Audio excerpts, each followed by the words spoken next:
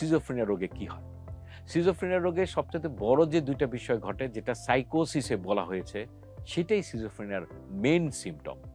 Hallucination হয়, অর্থাৎ যে বিষয় নাই, যে বিষয় একেবারেই যার অস্তিত্ব নাই, সেটাকে সে অনুভব করে। সেটা কানে, মুখে বা ত্বকে বা দেখায় বিভিন্নভাবে।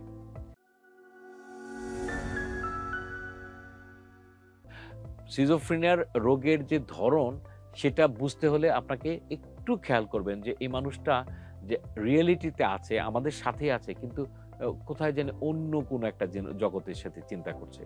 আমরা যেটাকে বলছি যে ইনডিফারেন্ট মানে তাকিয়ে থাকছে এখানে, চিন্তা করছে অন্য কোনো একটা বিষয়।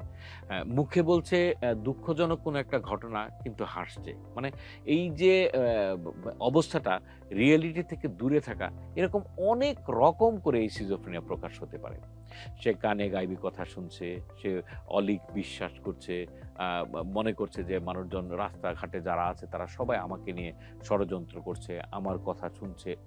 একই সাথে বিভিন্ন রকমের অলীক বিশ্বাস করে। যে কেউ একজন জাপানে বসে কথা বলছে, আমি এখানে বসে শুনছি। এবং সে বিশ্বাস করে জাপানে বসে কেউ একজন ষড়যন্ত্র করছে, আমি এখানে বসে স্পষ্ট দেখতে পাচ্ছি কালকে সকালবেলা সে আমাকে মেরে ফেলবে। মানে বিভিন্নভাবে সে তার নিজের চিন্তাটাকে এমনভাবে নিয়ে আসে যেটা সত্যি মনে করে। সে ভাবে এটিই সত্যি। কিন্তু আসলে বৈজ্ঞানিকভাবে কখনোই সেটা সত্যি না বা সম্ভবও না। আমি হয়তোবা ভাবছি আমার চারদিকে যারা আছে তারা সবাই আমাকে নিয়ে ব্যস্ত। আমার চিন্তা নিয়ে যাওয়ার জন্য ব্যস্ত। আমার চিন্তাকে বুঝে ফেলার জন্য ব্যস্ত।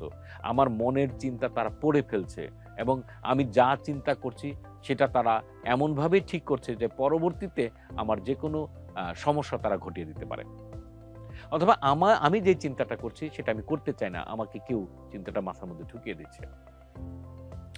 তো এগুলার প্রত্যেকটারই বিভিন্ন রকমের বৈজ্ঞানিক ব্যাখ্যা বা ডেফিনিশন আছে। এখানে মেইন বিষয়টা যেটা ঘটে সেটা হলো যে বাস্তবতা থেকে একটু দূরে সরে যায়।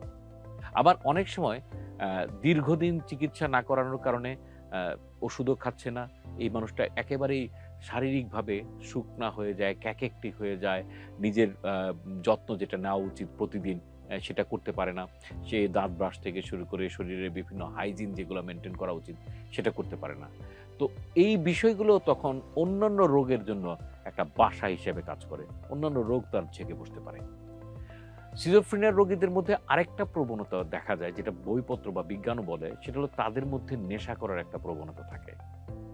সিজোফ্রেনিয়াকে বলছে কেউ যে গাঁজা সিজোফ্রেনিয়া যারা হয় তারা গাঁজা খেতে পারে এবং যারা গাঁজা খায় তাদের মধ্যেও সিজোফ্রেনিয়া রোগ হওয়ার সম্ভাবনা থাকে অথবা সিজোফ্রেনিয়া লাইক সিম্পটম তৈরি হতে পারে। সুতরাং চিকিৎসা অত্যন্ত জরুরি। যত তাড়াতাড়ি চিকিৎসার ব্যবস্থা হবে ততই তার জন্য মঙ্গল।